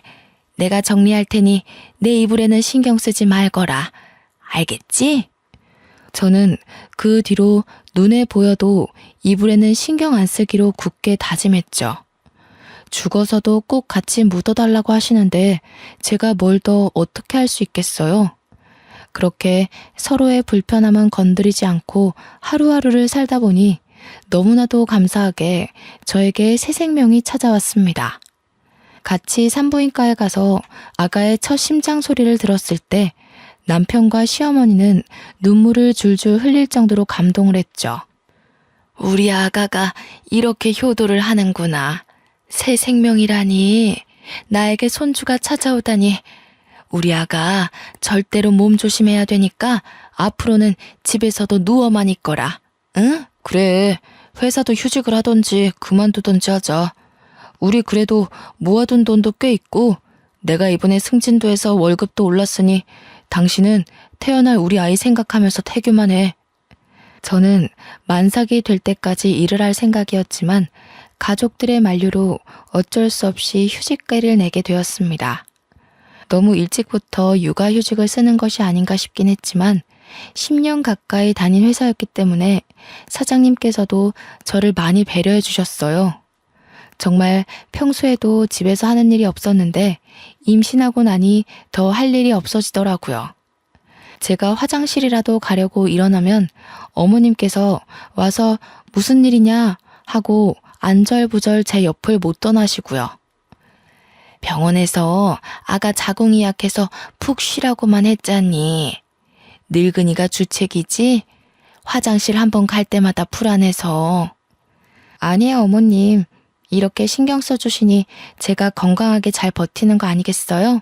그래도 가끔 동네 산책 30분 정도는 좋다고 하던데. 저랑 산책이라도 가실까요? 내내 집에만 있어서 몸이 찌뿌둥했는데 잘 됐다며 어머님과 저는 매일같이 하루에 30분, 많게는 1시간이 넘도록 공원 산책을 즐기게 되었습니다. 어머님이 살아온 인생에 대해서도 듣고 같이 울다 웃으며 서로 더욱 더 돈독해졌어요. 그날 저녁 남편이 급하게 다른 지역 출장을 간다고 떠나게 되었습니다. 회사에서 승진을 하고 연봉이 훌쩍 오른 대신 출장이 점점 잦아지고 퇴근도 늦어지고 했어요. 저는 갑자기 떠나야 한다고 해서 짐가방을 싸주고는 남편을 배웅했죠. 집을 나서던 남편이 시어머니께 우리 마누라 먹고 싶은 거 다 해주시라며 신신당부를 하여 어머님이 등짝을 치기도 했습니다.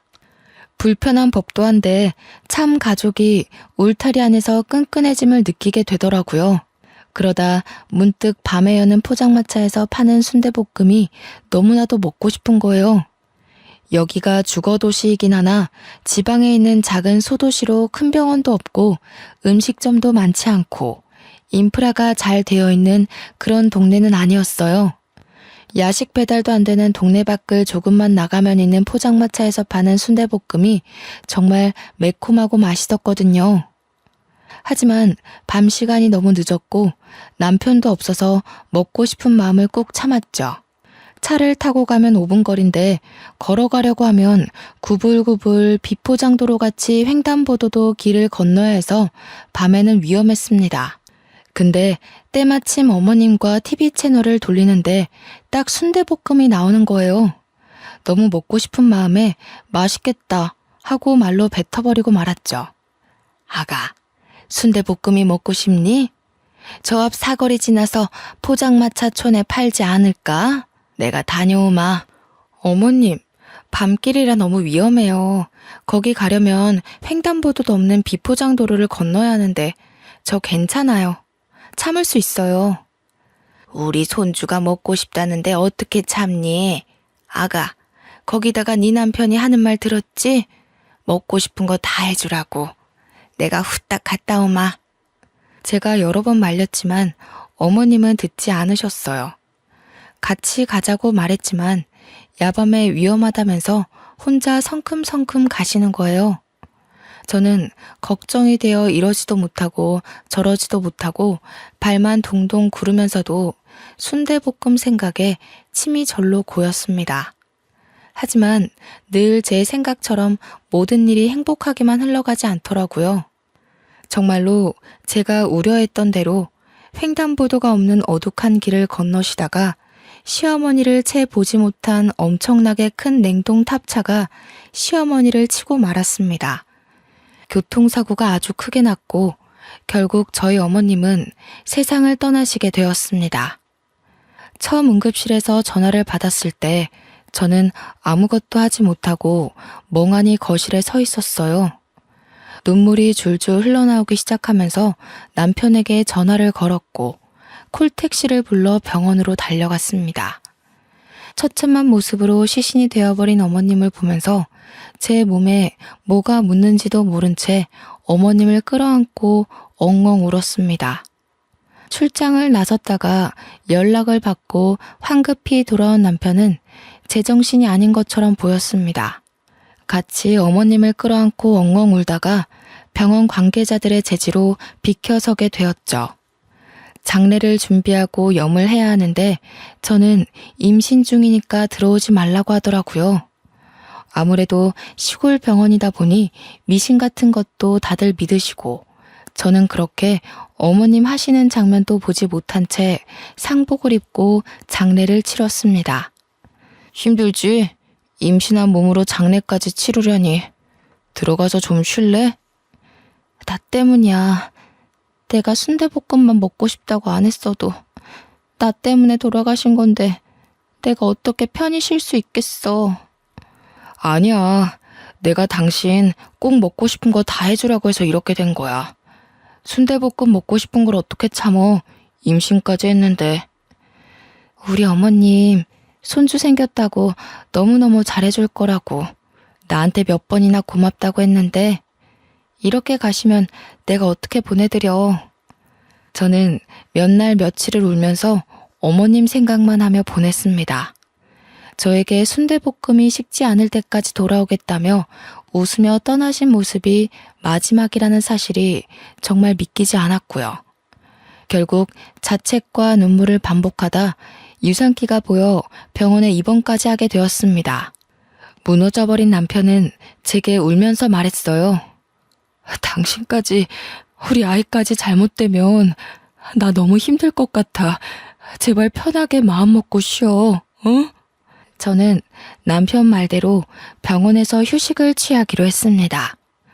영양제다 뭐다 주렁주렁 매달아 놓은 주사들과 함께 병원 이곳저곳을 둘러보는데 참 이런 곳에서 어머님의 장례를 치렀다는 게 죄송스럽더라고요. 마지막 가시는 길 정말 좋은 병원에서 장례라도 치렀어야 했는데 하는 마음이 들더라고요. 남편도 마음이 많이 힘들 텐데 오히려 저를 위로해주고 저희는 서로를 의지하며 그렇게 버텨냈고 저는 일주일 만에 퇴원을 하게 되었습니다. 집에 돌아와 어머님의 유품을 정리하는데 도무지 이불만큼은 버릴 수가 없겠더라고요. 어머님께서 꼭 이불도 같이 묻어달라고 하셨었는데 차마 어머님의 흔적이 가장 진하게 묻은 이불을 같이 보낼 수 없더라고요. 같이 보낼 수 없었어요. 제가 너무나도 사랑했고 그리워하는 어머님이기 때문에 제 이기심에 이불만큼은 제가 꼭 끌어안고 있었죠. 보자기에 곱게 싸서 제가 언제든 그리울 때마다 꺼내보려고 장롱 속에 넣어두었습니다. 그렇게 정신없이 하루 이틀을 보내고 있는데 보험회사에서 연락이 막 오더라고요. 어머님께서 살아생전 들어놓으셨던 생명보험들에서 사망신고가 접수되었으니 보험금을 수령하라는 연락이었어요. 남편 통장으로 모두 수령을 했고 그 금액에 저희는 2번 놀라고 말았습니다. 무려 20억가량의 보험금이 통장으로 들어온 거예요. 생전에 건물 한 채에 못 물려주고 미안하다고 몇 번이나 제 손을 잡고 쓴웃음을 짓던 어머니께서 보험금을 이렇게 남겨주시다니 저는 또 한 번 눈물을 터뜨렸죠. 남편은 그동안 진심으로 어머니와 함께 행복한 추억을 만들어줘서 고맙다고 앞으로 행복하게 살자고 하더군요. 저희는 그렇게 새로운 출발을 결심했습니다.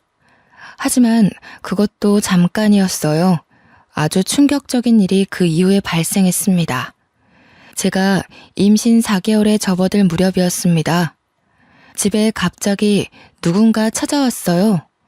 남편은 출근하고 없었고 친정 부모님은 여행을 떠나셨기 때문에 집에 찾아올 사람도 없어서 누군가 하고 인터폰으로 밖을 보니 어머님이 서 계신 게 아니겠어요. 저는 너무 놀라 소리도 지르지 못하고 멍하니 현관문 앞에 서 있었습니다. 얘야, 문 열어라. 장례까지 다 치르고 분명 강에 뿌려달라 하셔서 앞으로는 훨훨 여행 다니시라고 강에 뼈가루를 다 뿌리고 왔는데 죽은 시어머니가 문 앞에 서 있다뇨. 저는 놀라서 까무라칠 것 같았어요. 마음을 가다듬고 문을 여니 정말로 시어머니께서 저를 흘겨보고 계신 게 아니겠어요? 뭐가 이렇게 굼떠? 제게 확 쏘아붙이는 시어머니의 목소리까지 정말 제가 알던 그 어머님의 목소리와 똑같았어요.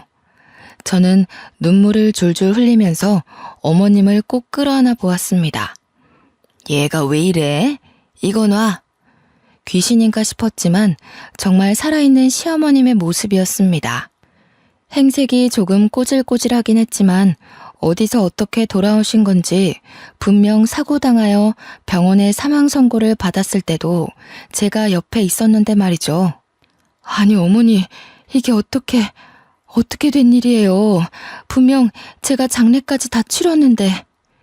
얘가 내가 살아 돌아왔으면 감사합니다. 앞으로 잘하겠습니다 해야지 어디 말을 붙여? 그럼 내가 뭐 무덤에서 살아 돌아왔을까봐? 사고당해서 죽은 게 내가 확실해? 나 이렇게 살아있잖아. 시어머니께서 제게 호통을 치며 죽은 게 내가 맞냐고 하니 갑자기 혼란스러웠어요. 분명 제가 시체로 시어머니를 뵙긴 했지만 시신이 차에 심하게 깔려 훼손된 상태였고 저도 시어머니의 말을 들으니 제가 본 게 진짜가 맞는지 의심이 들었고요. 저는 남편에게 전화를 걸어 이 사실을 모두 말했고 남편은 헐레벌떡 집으로 돌아왔습니다. 시어머니와 똑같은 얼굴, 똑같은 목소리를 듣고 남편도 오열을 했고 저희는 시어머니의 말대로 시신을 착각해서 시어머니인 줄 알고 장례를 치렀다고 생각했어요. 어머니, 그동안 어디 계셨길래 3주가 넘도록 행방이 묘연하셨던 거예요? 내가 글쎄 말하자면 긴데 아무튼 사고를 좀 당해서 기억이 안 난다. 이제서야 겨우 기억이 나서 더듬더듬 집으로 찾아왔더니 내가 죽었다지 뭐냐? 배고픈데 뭐 좀 먹을 거 없니? 뭐라도 시켜 먹든 아니면 밥 좀 해와라. 며느리가 돼가지고 빠릿하게 움직이지 않고 못 배워 먹은 것처럼 멍하니 그러고 있니? 제게 단 한 번도 싫은 소리를 한 적 없던 어머니께서 그런 말을 하시니 조금 놀라웠지만 사고를 당해 기억을 단편적으로 잃으셨다고 하시니 저도 별 의심 없이 밥을 차렸습니다. 생전에 어머님께서 좋아하시던 나물 반찬을 잔뜩 사와서 밥상을 차리니 젓가락을 탁 놓으시더라고요. 내가 배가 고파서 반찬 사오는 시간까지 기다렸는데 고작 나를 대접하는 게 나물 반찬이야? 어디 회라도 떠오는 줄 알고 기다렸더니 안 먹어. 저는 회를 찾는 시어머니에게 의문이 들었지만 3주 만에 다시 찾아오신 건데 고기라도 내어드렸어야 했다고 생각하면서 죄송하다고 했죠. 그 뒤로 저는 임신해서 점점 배가 불러오는 몸으로 어머님을 극진히 대접했습니다. 저에게 단 한 번도 시킨 적 없었던 속옷 빨래도 직접 하고 어머님 잠자리에 드실 자리끼까지 손수 준비했죠. 어머님은 당연하다는 듯 저의 대접을 받으셨지만 제가 임신 7개월쯤 되었을 때 저는 점점 의심이 들었습니다. 여보, 아무리 생각해도 이상해. 당신은 이상한 부분이 없어? 나도 조금 의심이 들던 참이야. 지난번에 횟감 떠왔더니 아무렇지 않게 드시는 거 봤지? 우리 어머니 알러지 때문에 생선 회를 드시지 못한 분이셨어. 그것뿐만이 아니야. 내가 내 입으로 말하기 부끄럽지만 같이 살면서 단 한 번도 내게 일을 시키신 적 없던 어머니셨어. 근데 지금은 물까지 내가 떠다 드려야 돼. 임신한 몸이라고 움직이는 것도 조심해야 된다고 하셨던 분이 잡일까지 다 나를 시키시고 거기다가 늘 그랬듯 산책을 가자고 하니 놓친 내 무릎 생각은 안 하냐고 내게 소리까지 지르셨어. 혹시 어머니께서 이불은 안 찾으셨어? 그게 제일 수상해. 이불만큼은 내게 건드리지도 못하게 하고 그거 없으면 잠도 못 주무셨잖아. 근데 이불 이야기를 단 한 번도 꺼내지 않으셨어. 나도 일부러 이불 이야기를 안 했고. 아무리 생각해도 모습은 우리 어머니가 맞는데 우리 어머니가 아닌 것 같아. 사고를 당했다고 하시는데 아무리 봐도 그런 후유증이나 흔적도 없고 사고를 당했다고 체질이 바뀌는 건 아니잖아. 저희는 의심이 확신이 되었고 어떻게 하면 돌아온 시어머니가 우리 시어머니가 아니라는 걸 밝힐 수 있는지 고민을 했어요. 아니라고 하기엔 너무나도 똑같은 얼굴, 똑같은 목소리. 저희는 정말 정신이 파괴되는 것 같았죠.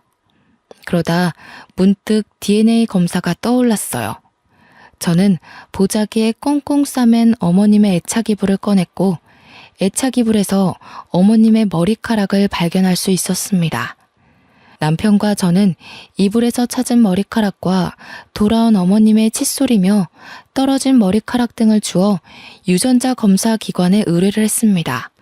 일주일 정도 걸린다는 말에 어찌나 피가 마르던지 정말 상상도 못할 긴장감에 손발이 차게 식는 기분이었습니다. 일주일 뒤 기관에서 연락이 왔고 저와 남편은 한달음에 달려갔어요. 그곳에서 정말 충격적인 결과를 받았습니다. 99.9% 일치한다는 결과였어요. 유전자가 일치한다니 그 말은 즉슨 저희 시어머니가 맞다는 이야기가 아니겠어요? 저와 남편은 정말 이 사태를 어떻게 받아들여야 할지 정신이 나가버렸습니다. 하지만 유전자까지 일치하는 마당에 가짜라고 의심할 수도 없는 상황이었습니다. 저는 점점 불러오는 배를 움켜쥐고 어머니의 수발을 더욱 열심히 들었습니다. 빨래할 때 내 거는 과일향 말고 시원한 냄새가 나는 세제를 쓰라고 했잖아. 그거 하나 못하니? 어머니, 원래 과일향 나는 세제를 좋아하셔서 비누도 그렇고 전부 과일향으로 사용하셨잖아요. 그건 그때고 지금은 지금이지. 그리고 반찬이 왜 이렇게 부실해? 매일 밥상에 고기는 꼭 올라가야 하는 건 몰라? 우리 아들 이렇게 고기도 못 먹고 지내는 거니? 너네 돈이 없어? 어머니 원래 나물 반찬만 드셨잖아요. 그리고 그이도 저녁에 고기 먹으면 속이 부대낀다고 잘 안 먹고요. 따박따박 말 대답하는 것 좀 봐. 너네 친정에서 그렇게 가르치디? 항상 우리 친정 부모님께 감사하다고 인사하시던 시어머니의 모습은 온데간데 없고 친정을 운운하며 저를 혼내는 어머니를 보면서 너무나도 서글펐어요. 도무지 어떤 사고가 났길래 사람이 저렇게까지 변할 수 있나 무섭기까지 했죠. 어머니, 도대체 그날 순대볶음 사러 간 날 어떤 사고를 당하셨길래 이렇게까지 성격이 바뀌신 거예요? 뭐야, 지금 내 성격이 더럽다는 거야? 너 지금 나한테 욕하는 거니? 어? 저는 점점 마음의 문을 닫고 어머님과 대화하는 시간을 줄였습니다. 이게 바로 처음에 고민했던 고부간의 갈등인가 싶기도 했고요. 그러던 어느 날 남편과 어머님과 저 셋이 근교에 밥이라도 함께 하러 나갔는데 정말 또 한 번 의심하게 되는 발언을 어머님께서 하셨어요. 내가 사망 선고 받으면서 받은 사망보험금이 꽤 되는 걸로 알고 있다. 내가 알아보니 대충 봐도 20억은 되는 것 같던데. 나도 노후를 좀 즐기면서 살아야지 않겠니? 언제까지 이딴 시골에서 심심하게 살 수도 없고. 보험회사에 전화해보니까 이미 지급도 다 됐다고 하던데. 그거 내 몫이기도 하니까 반은 너네 줄 테니까 반은 나한테 주렴. 상식적으로 본인의 사망보험금이 얼마 나오는지 알아볼 필요가 있을까요? 어차피 죽어야지만 받는 돈인데 그걸 계산하고 있다는 게 도무지 이해가 가지 않고 납득이 되지 않았습니다. 남편과 저는 이건 아니다 싶었고 어떻게든 결정적인 증거를 찾아야겠다고 생각했습니다. 아무리 생각해도 성품이 곱고 천성이 아름다웠던 저희가 알던 시어머니가 아니었거든요. 그러다 문득 생각이 났습니다. 예전에 매주 주말마다 놀러 다니면서 공방에서 만들었던 손도장 액자가 말이죠. 손도장 액자가 정교한 금속으로 본떠 만든 거라 지문이 그대로 찍혀 있었어요. 저는 정리해둔 상자에서 어머님과 함께 만들었던 손도장 액자를 찾았고 죽이 되든 밥이 되든 어떻게든 해결을 하자고 결심했습니다. 남편과 상의 끝에 경찰을 부르기로 했습니다. 만약 지문까지 일치해서 우리 시어머니가 맞다면 정말 보험금의 반을 드리고 이제 분가하겠다고 우리의 삶을 찾자고 할 생각이었습니다. 지문이 일치하지 않아 남인 것이 밝혀지면 사기죄로 고소를 하자고 생각했고요. 결국 경찰을 집으로 부르고 그동안 있었던 모든 일을 경찰에게 말했습니다. 어머님께서 분명 사고를 당하셨고 저희가 영안실에서 시신 확인까지 마친 뒤 장례를 치렀습니다. 시신은 화장해서 강에 뿌린 탓에 유골로는 DNA 검사를 할 수 없어서 생전 어머님께서 남겨두신 물품에서 채취해 DNA 검사를 했고 요망한 기집애 나 몰래 DNA 검사까지 했어? 어쩐지 욕실에 칫솔이 없더라니. 그래서 뭐라 그러디? 일치한다고 했겠지. 네, 맞아요. 일치한다고 떴어요. 하지만 저희가 알던 어머님의 모습과 너무 달라 어쩔 수 없이 경찰에 신고를 하게 되었습니다. 아니, 유전자까지 일치하는 마당에 내가 너희의 가족이라는 걸 이렇게까지 부정해야겠니? 키워봐야 소용도 없다더니 은혜도 모르는 것들. 어떻게 이 늙은 노모에게 이런 짓까지 하는지. 지금 말씀하시는 걸로만 추론하자면 이분이 결국 본인들 시어머니가 맞다는 이야기 아닙니까? 그래서 지문 검사를 해보려고요. 지문까지 일치하는지 알고 싶어서요. 저는 손도장을 경찰에게 넘겼고 경찰은 이 사건 자체가 아주 의문이 남는 부분이니만큼 지문 검사를 하겠다고 했습니다. 시어머니께서는 조금 당황한 듯 싶었어요. 배은망덕하게 이렇게까지 해야겠어? 앞으로라도 잘 모시고 행복하게 살자 하면 될 것을. 경찰서로 가지 않으려고 버팅기시다가 결국 경찰에게서 협조 요청을 받자 마지못해 경찰서로 가셨고 그곳에서 지문 채취가 이루어졌습니다. 그리고 모든 사건의 전말을 알게 되었습니다. 지금 지문이 일치하지 않는 것으로 판명되고 있습니다. 자세한 건 저분을 더 조사해봐야 할 것 같으니 내일 다시 연락드리겠습니다. 지문이 일치하지 않는다는 이야기였어요. 저희는 망치로 세게 얻어맞은 것 같은 충격을 받았고 일단 집으로 돌아가라는 경찰의 말에 남편과 함께 집으로 돌아왔습니다.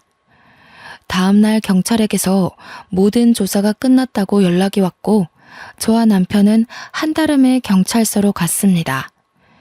시모의 행세를 하던 시모와 똑 닮은 사람은 유치장에 갇혀 있었고 저희를 노려보면서 고래고래 소리를 지르고 욕을 했습니다. 배은망덕한 것들! 거참 조용히 하시고요. 저희가 조사를 마친 결과 저 유치장에 계신 분은 가족분들의 시어머니가 아니라 돌아가신 분의 쌍둥이 언니로 밝혀졌습니다. 쌍둥이 언니요?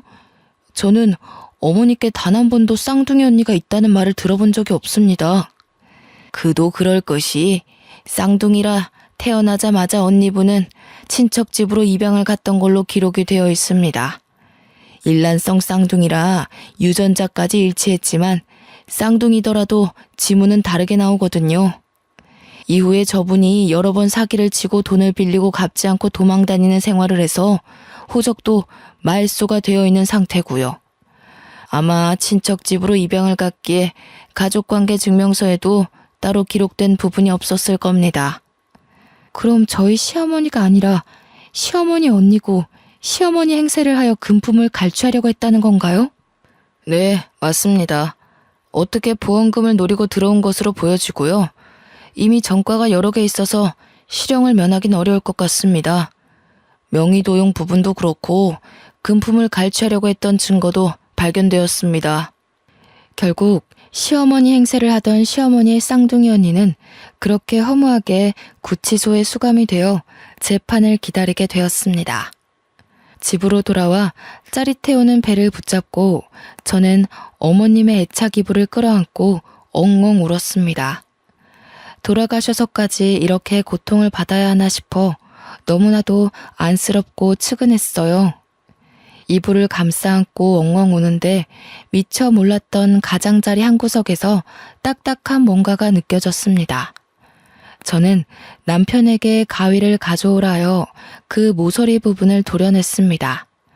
그곳에는 어머님의 인감도장과 통장, 그리고 꾸깃꾸깃 접혀있는 현금 뭉치들이 나왔어요. 저희가 용돈을 드릴 때마다 남은 쌈짓돈들을 모아 통장에 입금하고 미처 입금하지 못한 현금들을 거기에 모아두셨던 겁니다. 통장에는 우리 며느리 아들 용돈이라고 서투른 한글로 적혀 있었고요. 저희가 드렸던 용돈을 본인을 위해 쓰지 않으시고 이렇게 하나하나 모아두신 것도 너무나도 마음이 아팠어요. 이런 돈으로 저에게 맛있는 것도 사주시고 스카프도 사주시고 했던 걸 생각하니 정말 가슴이 너무나도 저렸습니다. 보험금까지 큰 돈 남겨주시고 떠난 어머님을 생각하면 아직도 제 마음이 너무나도 아픕니다. 저는 이후 건강하게 아들을 출산했습니다. 회사에는 양해를 구하고 퇴사를 했고요. 지금은 벌써 시간이 꽤 흘러 아이도 유치원에 갈 나이가 되었습니다. 어머님이 살아계셨더라면 정말 저희 아이를 너무나도 예뻐해 주셨을 텐데 하는 마음이 들지만 분명 하늘에서 저희를 지켜주고 계실 거라 믿고 있습니다. 앞으로 이런 일은 2번 다시 겪지 않았으면 하는 마음이 드는 하루입니다. 저는 지금 너무나도 행복하답니다. 여러분들도 행복한 하루 보내세요.